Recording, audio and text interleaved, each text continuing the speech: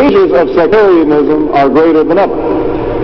Whatever we once were, we are no longer a Christian nation, at least not just.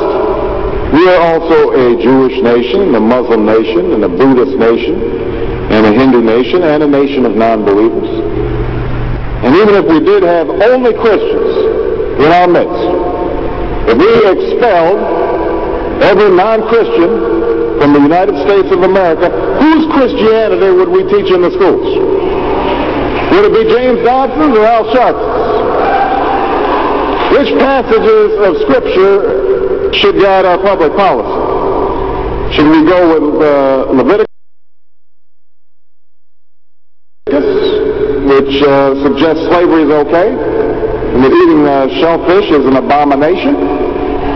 Or we could go with Deuteronomy, which suggests stoning your child if he strays from the faith. Or should we just stick to the Sermon on the Mount, a passage that is so radical that it's doubtful that our own Defense Department would survive its application? So before we get carried away, let's read our Bibles now. Folks haven't been reading the Bible. Which brings me to my second point.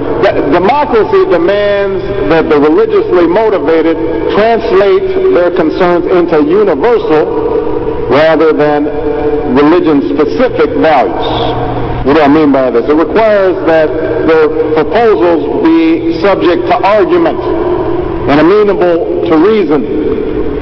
Now, I may be opposed to abortion for religious reasons, to take one example, but if I seek to pass a law banning the practice, I can't simply point to the teachings of my church or evoke God's will.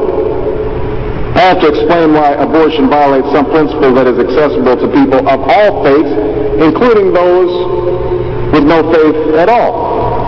Now this is going to be difficult for some who believe in the inerrancy of the Bible, as many evangelicals do. But in a pluralistic society, we have no choice.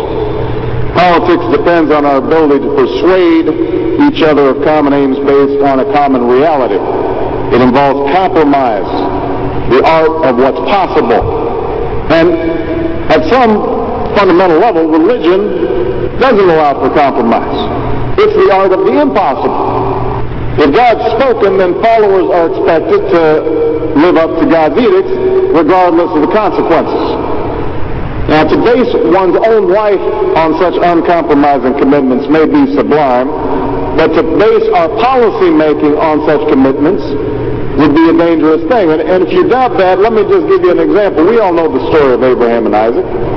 Abraham's ordered by God to offer up his only son. Without argument, he takes Isaac up to the mountaintop, he binds them to the altar, raises his knife, prepares to act as God commanded. Now, you know, things work out. You know, God sends down an angel to intercede at the very last minute. Abraham passes God's test of devotion.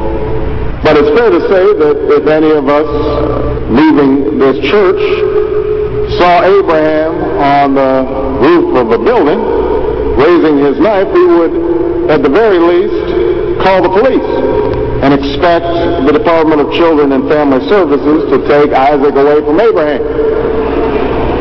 We would do so because we don't hear what Abraham hears. We don't see what Abraham sees. And so the best we can do is act in accordance with those things that we all see and that we all hear, be it common laws or basic reason. So we have some work to do here. But I am hopeful that we can bridge the gap that exists and overcome the prejudices that all of us to one degree or another bring to this debate.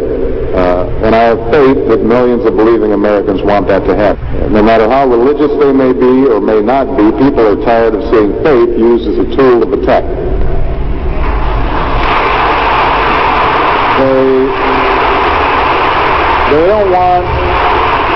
They don't want faith used to belittle or to divide, because in the end, that's not how they think about faith in their own lives.